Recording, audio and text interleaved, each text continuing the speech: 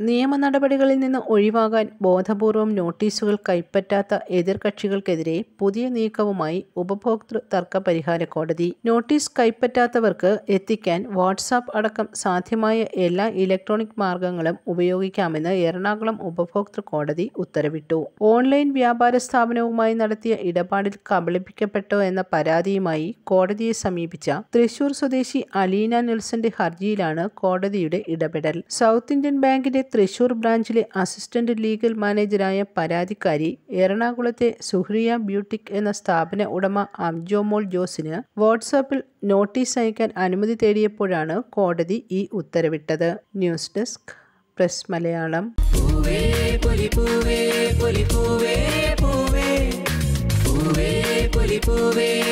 പൂവേ